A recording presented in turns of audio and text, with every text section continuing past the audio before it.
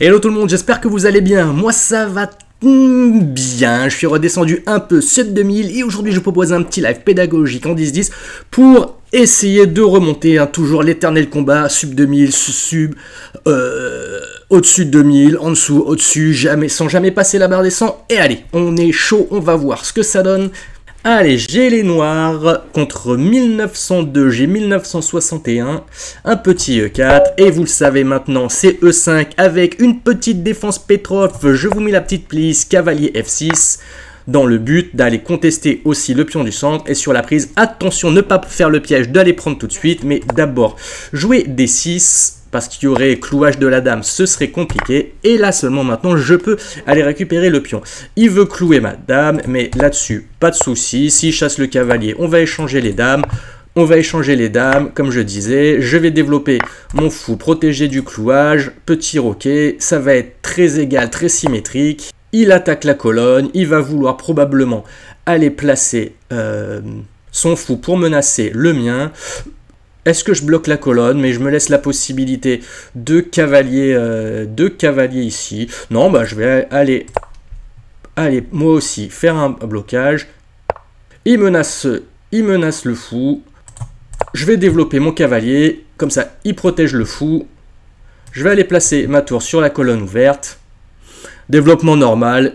C'est ça l'intérêt de la Petrov. Je vous mets ma vidéo sur le sujet, c'est que le jeu des noirs est facile, je ne prétends absolument à aucun avantage, mais dans un sens, lui non plus. Et finalement, pour les noirs, c'est peut-être pas si mal.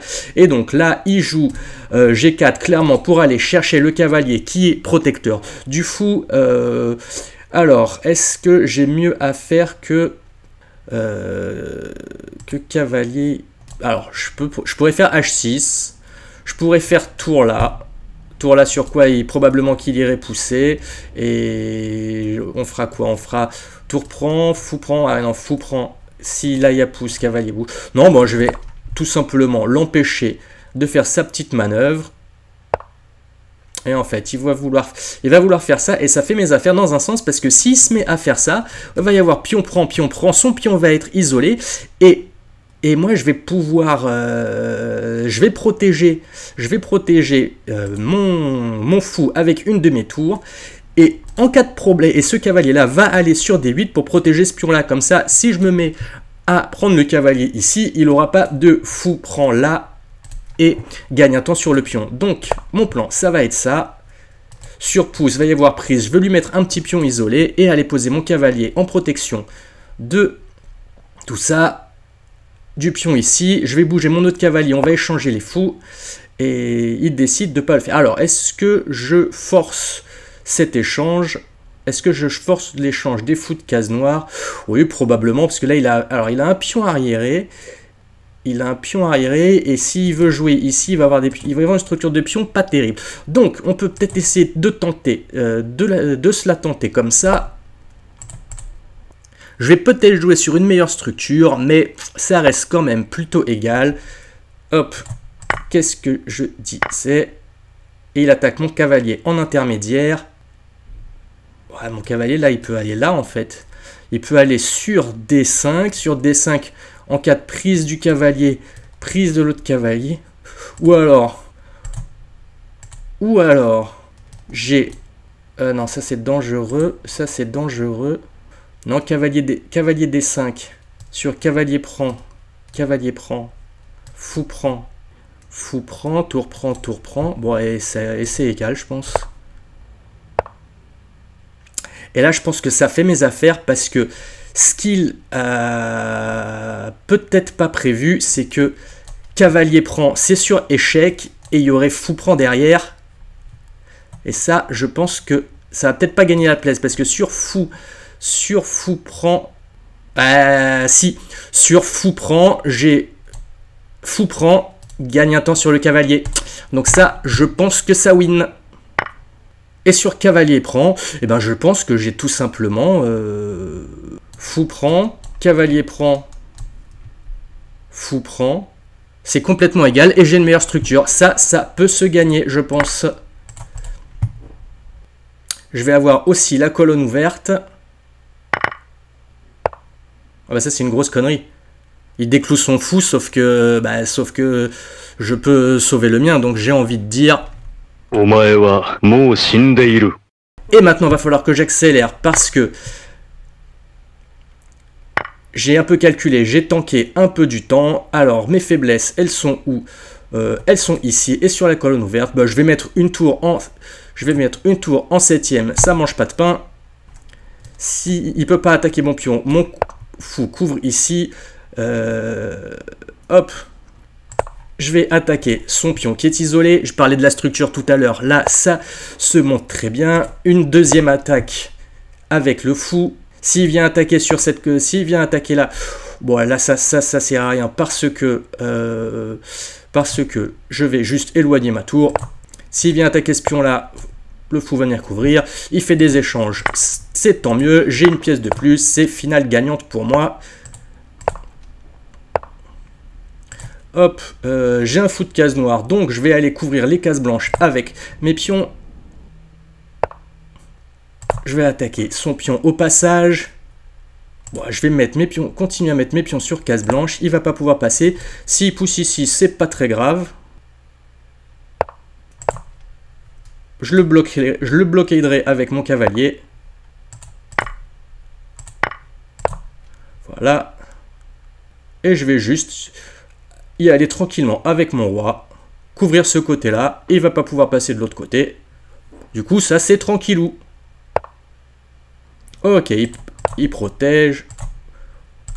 On peut échanger. Comme il a rien sur case noire, ça va être tranquille. Ok, il va me récupérer un pion. Quoique, peut-être même pas. Oui, il va me récupérer un pion, c'est pas très grave. Je vais aller surveiller par là-bas et il ne peut plus passer.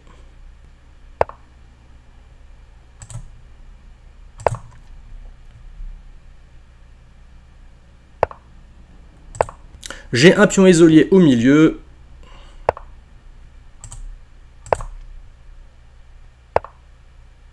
Allez, il faut que je m'active quand même. Il va récupérer ce pion-là. C'est absolument pas très grave. Je vais récupérer celui qui est là. Il a rien sur case noire, donc mes pions ne sont pas en danger.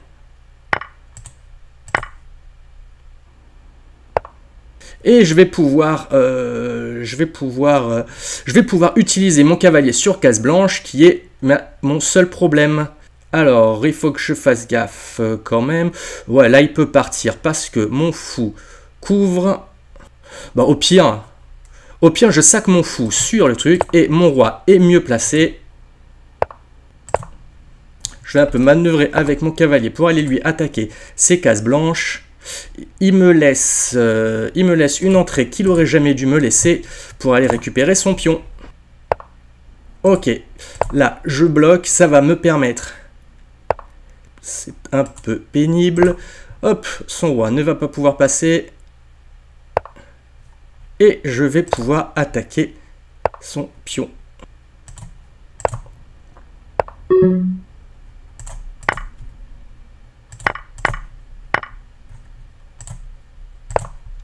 Et là, je vais protéger. Et c'est fini pour lui. Je pourrais gagner des temps avec mon fou. Bon, ça a été un peu pénible comme finale. Mais ça devrait gagner sans trop de problèmes. Voilà. Il va pas pouvoir aller protéger ses pions. Je vais faire le tour. Il va être zugzwangé.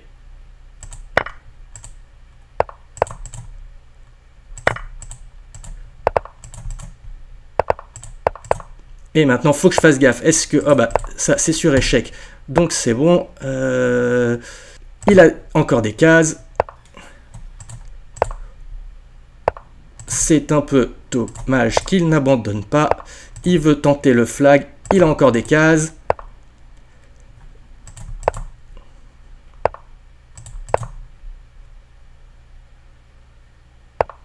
Il faut que je vérifie bien qu'il ait encore des cases. Ou alors que je fasse des échecs. Ok, il a encore suffisamment de cases. Je vais aller mettre une deuxième dame. Ce sera plus facile. Il a encore la case blanche, donc c'est bon. 2 dames, ça devrait aller. Et c'est le mat, c'était un peu laborieux, mais faut faire gaffe aux pattes et compagnie. Petit tour d'analyse. Et ben voilà, ça fait bien plaisir. Et c'est pour ça que je vous disais que j'aime bien la Petrov, parce que comme vous voyez, le graphe c'est égal, égal, égal, égal, égal, égal. Bam, opportunité, bam, punition. Et c'est pour ça que j'aime bien la Petrov. Néanmoins, j'ai quelques petits... j'ai 2 petites erreurs... Non, ouais, 2 petites erreurs que l'ordi me dit, donc j'ai pas pu profiter. J'avais des opportunités que j'ai ratées. On va voir un petit peu ce que ça a donné. Tout ça, on est très bien là-dessus. On est encore très théorique. Échange des dames, rapide. L'ordi dit correct, correct. Le clouage, enfin le cavalier et la structure que je voulais pas être pété. Petit roc, petit roc. Développement du fou, ça a priori c'est très bien. Libère la tour, prépare la libération du cavalier. Il attaque mon fou, je le défends en développant une pièce, tout ça c'est très bien. Il attaque mon cavalier, pourquoi pas. À H3, il me disait que tour A, E8 était le meilleur coup à ce moment-là.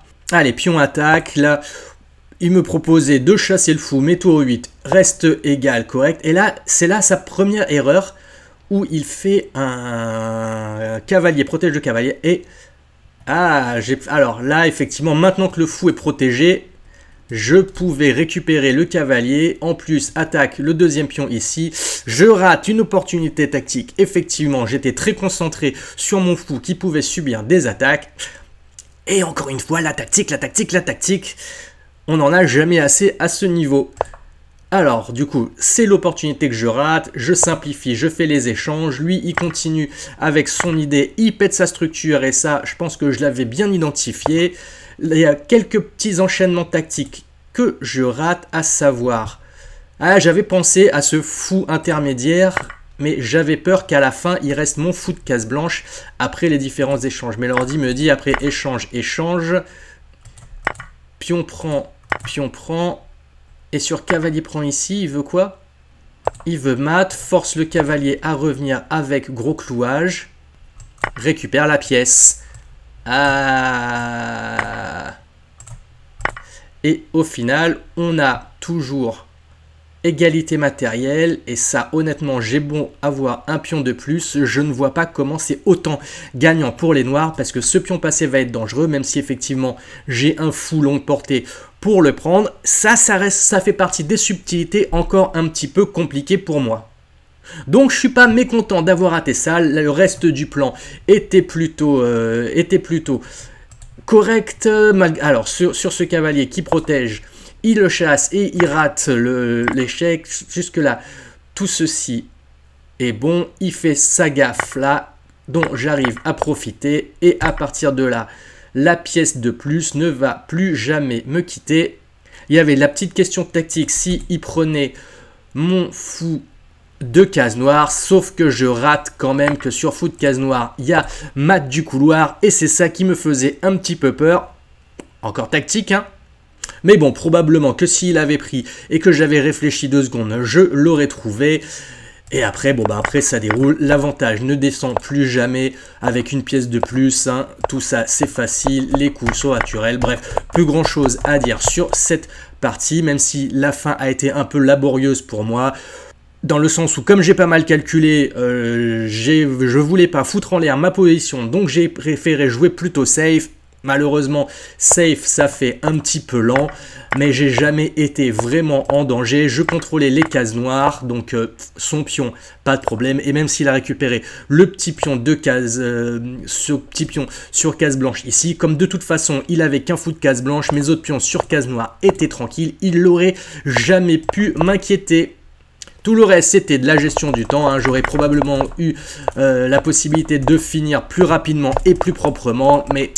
Quand on est en crise de temps, il faut savoir aller au plus rapide et le plus efficace sans chercher forcément à faire le coup le plus beau. Et c'est ce que j'ai fait. En tout cas, j'espère que cette petite vidéo vous a plu. N'hésitez pas à me dire dans le commentaire si c'était le cas ou si c'était pas le cas, le cas échéant. Comme d'habitude, le petit pouce, l'abonnement et surtout le partage, ça m'aide et ça fait plaisir. Pensez à la petite cloche pour ne rien rater. Et en attendant, je vous souhaite une bonne journée, des bonnes parties. C'était Fred Camaro. Out.